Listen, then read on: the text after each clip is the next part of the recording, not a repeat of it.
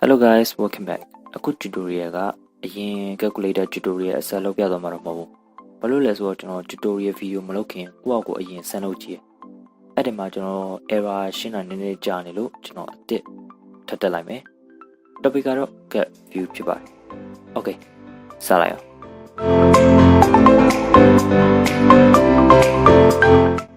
။ Okay ကျွန်တော်တို့ Cardview ကိုဘယ်လိုသုံးမလဲဆိုရင်တခြား test view တို့ button တို့သုံးတယ်လို့ပဲ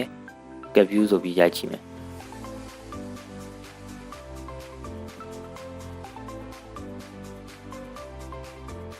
မတွေ့ဘူးဆိုရင်ကျွန်တော်တို့ dependency ထည့်ရတော့ Cardview dependency ပေါ့ဘယ်လိုထည့်မလဲဆိုရင်ကျွန်တော်တို့ grid script pay.grid module app ထဲကိုဝင်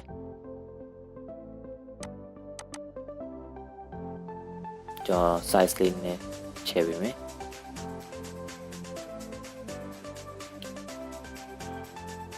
Okay ကျွန်တော်တို့ dependency ဘယ်လိုထည့်ရမလဲဆိုတော့ကျွန်တော်တို့ဒီထဲကကျွန်တော်တစ်ချောင်းကို copy ယူလိုက်မယ်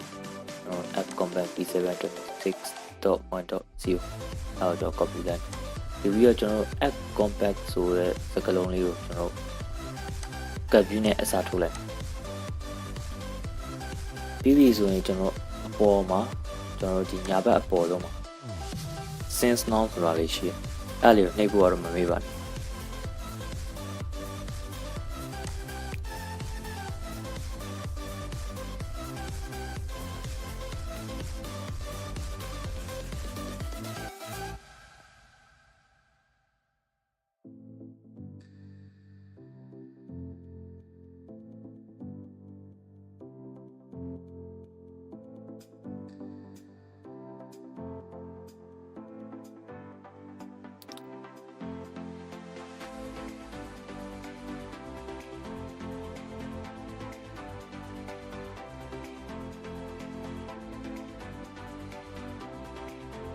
Okay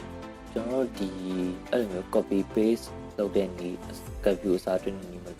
လုပ်ချင်တော့တခြားနည်းနဲ့လုပ်ချင်တယ်ဆိုရင်ကျွန်တော်အပေါ်ဆုံးမှာကျွန်တော် build ဆိုရချင်ကျွန်တော် build ကျွန်တော် edit library and dependency ဆိုတာရှိမယ်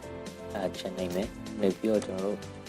ဒီဘက်ညာဘက်ပေးနောက်မှာကျွန်တော်အပေါင်းတော့နှုတ်လို့ပါလို့တွေ့လို့ကျွန်တော်အပေါင်းဒီ plus sign လေးကိုကျွန်တော်နှိပ်မယ်နှိပ်ပြီးကျွန်တော် library and dependencies ပေါ့အဲဆိုရင်ကျွန်တော် choose library dependency လို့ကြာတယ်ကျွန်တော်အဲ့မှာကျွန်တော် cat ရလဲရ Cardview အပြည့်စုံရလဲရဒီမှာကျွန်တော် search လေးကိုနှိပ်လိုက်တာနဲ့ကျွန်တော်တိုင်းတက်တက်ပေါ်လာမယ်ကျွန်တော် Cardview v7 Okay အဲ့ဒါကိုကျွန်တော် okay နှိပ်လိုက်တာနဲ့ကျွန်တော်တို့ sense now ဖြစ်သွားပြီးတော့ခုနဒီ grid build.grid တွေမှာရောက်သွားတယ်Okay ကျွန်တော်အခုရိုက်ကြည့်လိုက်တော့ကျွန်တော် Cardview ဆိုတာရှိရဲကျွန်တော် Cardview စလိုက်အောင်ကျွန်တော်ဒီ height ကိုအသေးပေးလိုက်မယ်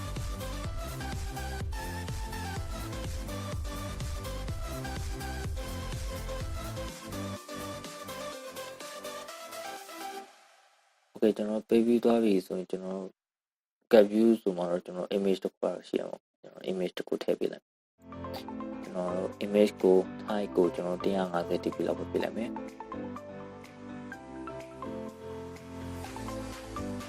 ကျွန်တော်ပုံတစ်ပုံလိုက်ရအောင်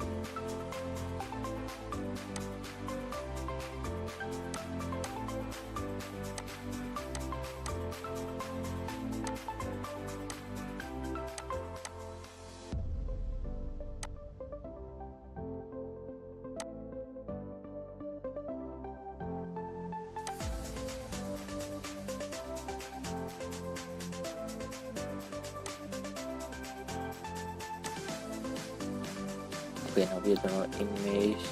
ကျွန်တော် scale type ပေးလိုက် scale type ပဲ x1 အပြည့်ကျွန်တော်ဒီပုံပြီးရင်စားလာတယ်ဘယ်လိုအစင်တိုင်းသွားကြကျွန်တော်အလွယ်ဆုံးနည်းနဲ့ဆို linear ၄ရောက်သုံးတာပေါ့ကျွန်တော်ဒီ orientation ဆိုတဲ့ attribute ကိုသုံးမယ်အစင်လိုက်တိုင်းသွားမယ်ဆိုတော့ vertically တိုင်းသွားမယ်ဆိုတော့ vertical ကျွန်တော်ဒီ image ကိုကျွန်တော် cut လုပ်ပြီးတော့မှ linear ၄ရောက်နဲ့ထည့်ပေးလိုက်Okay ကျွန်တော်ဒီ image view ပြီးကျွန်တော် test တစ်ခုလိုချင် test view တစ်ခုပေါ့ test view တစ်ခု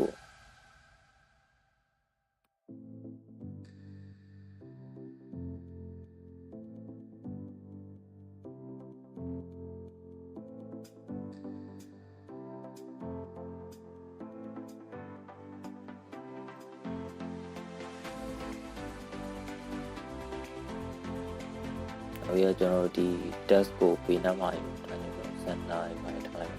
ထား quality center okay ကျွန်တော်ဒီအပေါ်နဲ့ခွာခြင်းနဲ့ဆိုတော့ကျွန်တော် margin တော့ပေးလိုက်ကျွန်တော် margin ပဲပေးလိုက် margin 10 dB okay ကျွန်တော်ဒီတိုင်းကြည့်လို့တိတ်ပြီးမပေါ်အဲ့ဒါဆိုကျွန်တော် cut view ကိုကျွန်တော် margin ပေးလိုက်ဘက်လည်းအကုန်10 dB กว่าတော့ okay အဲ့ဒါဆိုရင်ကျွန်တော်ဒီ cut view ပုံစံလေးတော့ပေါ်လာတယ်ဒါပေမဲ့နည်းနည်းလေးသူ cut view ပုံစံလေးထင်းထင်းလေးဖြစ်အောင်လို့ကျွန်တော်ဒီသူ့ကိုကျွန်တော် corner ကိုရလို့ shadow ထည့်ရလို့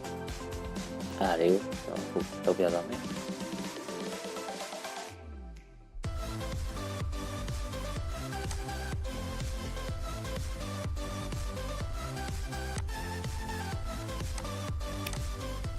ကျွန်တော်ဒီ cut view လေးကိုဝင်ပြီးတော့ကျွန်တော်ဒီအမှားဆိုကျွန်တော် cut elevation cut corner radius ဆိုပါလို့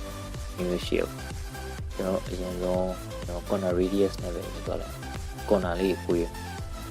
ကျွန်တော်10 dB ကိုလိုက်မယ်တိတ်ပြီးဒီမှာတိတ်ကျွန်တော် design တော့တော့ရောကြီးချဲပြမယ်အဲဆိုကျွန်တော်ဒီပပက်လေ10 dB ကိုသွားတယ်ပေါ့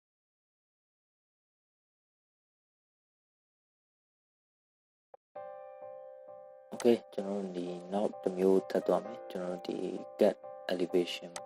ဟို10 dB လောက်ထည့်ကျွန်တော်ပြောမယ်ဆိုရင်သူ့ရဲ့ shadow တစ်ပုံမျိုးပေါ့ကျွန်တော်ဒီ cut အနောက်ခံ shadow လေးထည့်တခြားတွေလည်းကိုယ့်အောင်စမ်းသုံးကြည့်လို့ရတယ် okay tutorial ကတော့ဒီလောက်ပဲမိမိရဲ့ friend တွေကိုအခု page ကို invite လုပ်ပေးပြီးတော့ video သို့မဟုတ် page ကိုအဓိကတော့ page ပေါ့ page ကို share ပေးကြပါအောင်လို့အခုဒီတောင်းနေပါတယ် sharing scaring ပေါ့ see you guys in the next tutorial